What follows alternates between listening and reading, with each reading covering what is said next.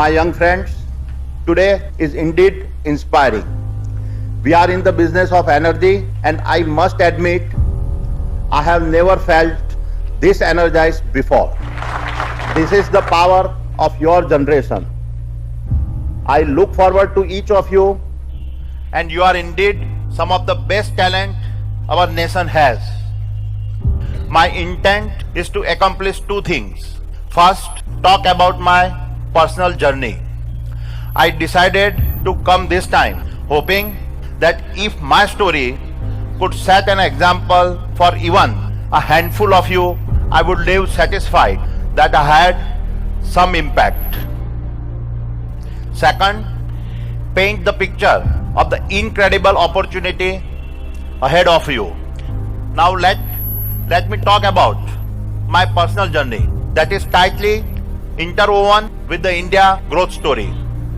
I also hope embedded with this story you found some nugget that inspire you to do your part, to become an entrepreneur and work to build a greater India. I was 16 years of age when I left studies. I was a good student, but because of my family circumstances, I had to drop out of school. I left home having learned two core values from my father. First, commitment to the promises you make to yourself, and commitment to the promises you make to others. Both of these have to be in absolutely harmony. Second, avoid over-analysis of situations and have the courage to make quick decisions based on your natural instincts. I have followed both this value in every action I have taken. Having left studies, I moved to Mumbai in 1978. Landing in Mumbai with nothing in my pockets was exciting as well as daunting. I wanted to be an entrepreneur. The raw optimism of a 16-year-old boy. My first step in my entrepreneurial journey was learning to assort and do the valuation of diamonds. In less than 3 years, I had started my own diamond trading brokerage. I still remember my first trade with a Japanese buyer and my commission of rupees 10,000. I felt terrific that I had created this opportunity by myself, and for a teenager, there could not have been a greater confidence booster to get started. An essential part of my learning throughout is that everyone gets opportunity in their life. So will you. However, the two questions you will need to answer. Can you connect the dots early enough to recognize the opportunity coming at you? And then, do you have courage to relentlessly chase it down? Let me elaborate how essential these two principles have been to me. It was 1984, the new phase of India, open to economic liberalization. A slew of reforms were announced. This was an opportunity I acted on instantly to start my import business, which in turn laid the foundation for the global trading business I was to build. In 1989, here again, I saw an opportunity to move quickly and establish a global trading house dealing in polymers, metals, textiles and agro products. We grew so rapidly that within 2 years, we had become the largest trading house in the country, overtaking long-established market leaders. Thereafter, in 1994, we executed on our first IPO.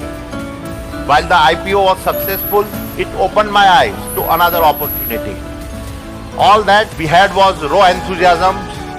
All that we had was a belief in ourselves. Rest is the history.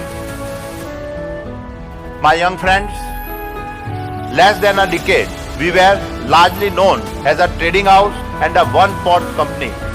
Today, we are the country's largest ports and logistics business, largest private thermal power business, largest private transmission business, largest renewable energy business, largest coal trading business, largest mining business, and largest agro business, all in less than 10 years. Behind each one of these are inspirational story of guts and sacrifices people have made to make all this happen.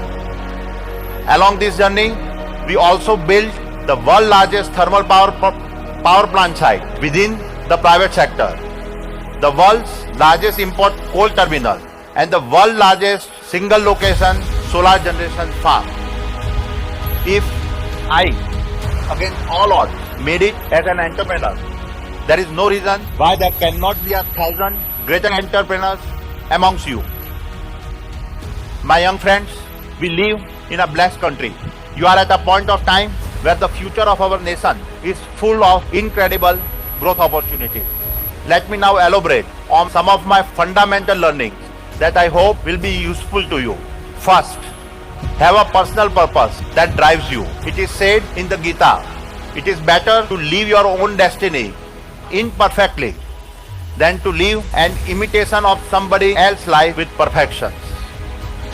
Purpose is identified as something that you see as your destiny 10, 20 or 30 years from now. In my case, the purpose that drives me is that of our nation building. Every infrastructure opportunity I have created is associated within this purpose. We have tried to build world-class facilities India can be proud of. It is my power of purpose that keeps alive my will to win. We also created significant shareholder value. An investor owning one share of Adani Enterprise at its 1994 IPO price of rupees 150 would today be holding a share worth about rupees 1 lakh. This translates to a return of over 650 times in less than 25 years. My young friends, the rate at which science, technology, economics and geopolitics is merging, the only way you stay on top of this by ensuring you are continuously learning. Even today, I try to spend a couple of hours reading every day, listening to people from a sectors that I know little about, making a couple of trips to Silicon Valley to see how game-changing technologies are impacting every facet of our life. All this allows me to paint for myself the larger picture about where the next set of opportunity will be created. Therefore, develop a passion for learning.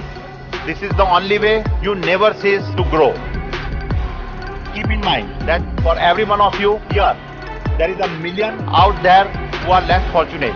Therefore, whatever you do, do it keeping your greater purpose in mind. Do it for your parents who have invested their life in you. Do it for your teachers who have selflessly worked for your success. And do it for that child who does not have the privilege of studying in a college like you. My young friends, I wish you the best. May all your aspirations come true and may you take our nation, India, to great heights. Thank you. Jai Hind.